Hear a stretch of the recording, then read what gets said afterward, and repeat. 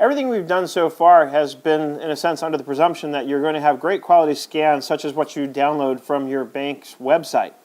That's not always going to be the case. In fact, in some cases, your clients are going to take the paper statements they received in the mail and they're going to scan them and send those. And those are never going to be as good quality as what you download directly from the bank. It could be better in some cases than others, just depends on what kind of scanner the client's using and what settings they're choosing, whether they're choosing very high quality or very low. So the point is, you're going to have a situation where you're going to get documents that are scanned that aren't going to be of as good quality as what we've seen up until now in the course. And here we're going to show you how to deal with that and the tools that PDF2XL provides you with in order to work with scans that are not as of good quality as what you've seen so far. Let's see what this looks like. So what happens when I get a poor quality PDF as a scan and I want to use it with PDF2XL? Let's take a look. So I'm going to take an example. I went on the internet and just kind of did a search for bank statements. And I found this one. So this is out there. It's, available to the public. And actually what I did, I'll be very honest, I took this and I loaded it up first in a product I have called Nitro PDF, because the original download was actually an image file. It was like a JPEG. And you can drop an image file into PDF2XL. I tested it, and that works. But I found, for whatever reason, that dropping it into Nitro or converting it to a PDF with Nitro PDF and then opening that PDF here, it just rendered a little better. So you're going to see, for example, though, look down here, my number didn't quite render.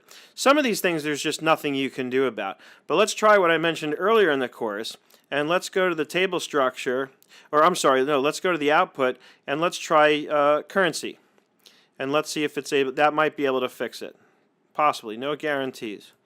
So we scroll down, and no, it's still getting a question mark out of it. So, and again, this preview area is really important. So notice also the descriptions here. It looks like this time it came in okay, and it might be because I did it before, but originally it was looking a little bit more like this, right? So the header didn't quite render correctly, but as you saw, the same way I just kind of messed it up, that's how you would fix it, right? Because notice down here now, my description and previous balance are coming out on the same row.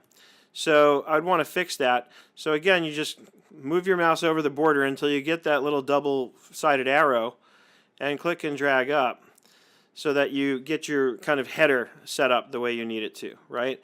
And now looking down below, you can see very clearly that it's working. Now notice column C didn't come out with a header, right? Because the field is blank, and I suspect it's because the scan, it was a little faded. So we're going to right-click this, and we're going to edit not the table title, right, but we're going to edit the column header, and we're going to call this check number, right? And notice down below that comes in. So when you get a poorly formatted PDF, you're going to have to do some tweaking around a little bit. The other thing you can play with is over here in this OCR section. One of the things you'll find is that PDF2XL has an area in there for OCR, which is optical character recognition. And there are settings in there that can be changed. For example, if a client has scanned a document for you, and depending on how pixelated that scan might be, or how much sort of what we call noise there is on the document, you can change some of the OCR settings to help PDF2XL learn to exclude some of that extra noise and focus in on what represents the true letters or numbers or whatever it is you're trying to get scanned and ultimately exported to Excel. PDF2XL gives you some powerful options here, which we're going to take a look at right now. And we're going to probably look at this in a little bit more detail in the next lesson. I may substantially leave this out because it's kind of a more advanced area. But one thing that you can do is, and it's not going to let me do it here, but you can see that they're dimmed out. And I'm not 100% sure why. I suspect it's because it's already reading what it can read. But you'll see, if on your own you click in here, you'll see that you have some options. I'll try and take a look at that in the next lesson when we have another example of sort of an even more poorly formatted document. But hopefully you have a good enough scan that you can at least get this kind of information out of it. A couple of other things I want to show you that I hadn't shown you previously. If you go to Layout, we have, Content, we have this area called Fields. Now, fields are just that. They're kind of like data fields that might appear on every page. So, for example, the name of the bank. So if I choose fields, that's distinguished from tables. And if I highlight this, notice what it does. So it creates the field down here below, and so it's going to put that in the first section.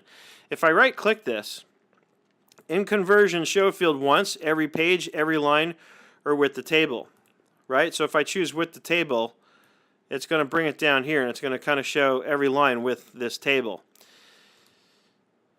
These options are obviously pretty straightforward. If I say just show it once, it's going to show it at the top of the page. And then I might want to add another field for my address, right? And here's where we want to zoom in. I've got my zoom in choices here, so I can be a little bit more specific about this. And so this gives me the whole address. Let's say I just want to do it like one line at a time. So we can do it like that.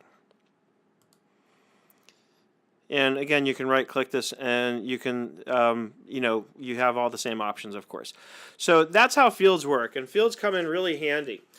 In terms of being able to get your final document that goes into Excel to include important information. That's obviously handy to have. Over here, I could set this as a field, and for the customer name, right? And of course, I can set the field heading, customer name, right? And so notice what it does there. It puts the customer name header right next to it, as such. So that's how fields work, and that's a really handy thing to know. And this might even come in more handy when you're dealing with documents or that are poor quality. But obviously, you can use it just the same with very good quality scans. It's just another feature that you can use to help describe the information before it gets exported to Excel to make it that much easier once you're in Excel to clean it up and get it formatted finally in the end the exact way that you want it to. So that's a pretty good look, I think, at what you can do, what some of your choices are when you get a poorly formatted scan. Of course, you can always resize columns.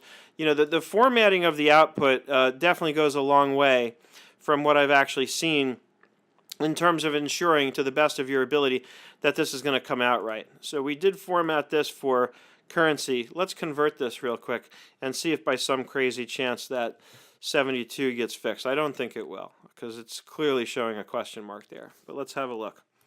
Let's dump it in. No. And as you can see, it's in the balance. And I got a detailed explanation from Lior, who again is the owner and developer of this software. And it's a little more technical than I want to go into in a course like this. Notice also this $5 came out with 5.QO. He showed how if you zoom in really large on a PDF, you can see all the little pixels. And the OCR, which is the optical character recognition, can sometimes pick up those little, sort of miscolorations on the document.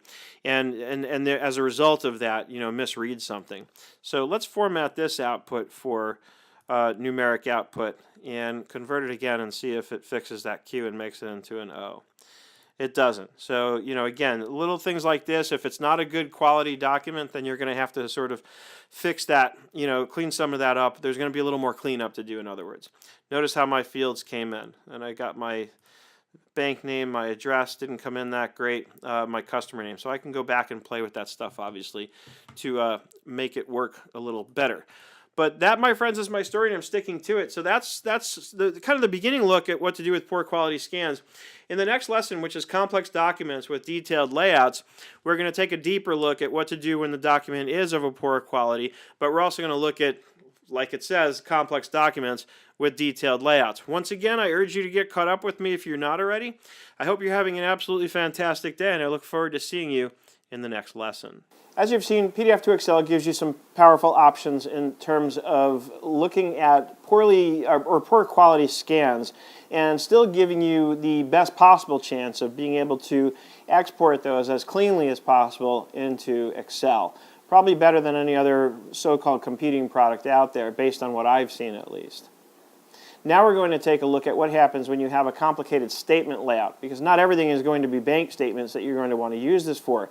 You might get something like an accounts receivable aging report or some other such report where the layout is not always 100% consistent. We're going to take a look at what that looks like and how you can work with complex documents, complex layouts, that sort of thing.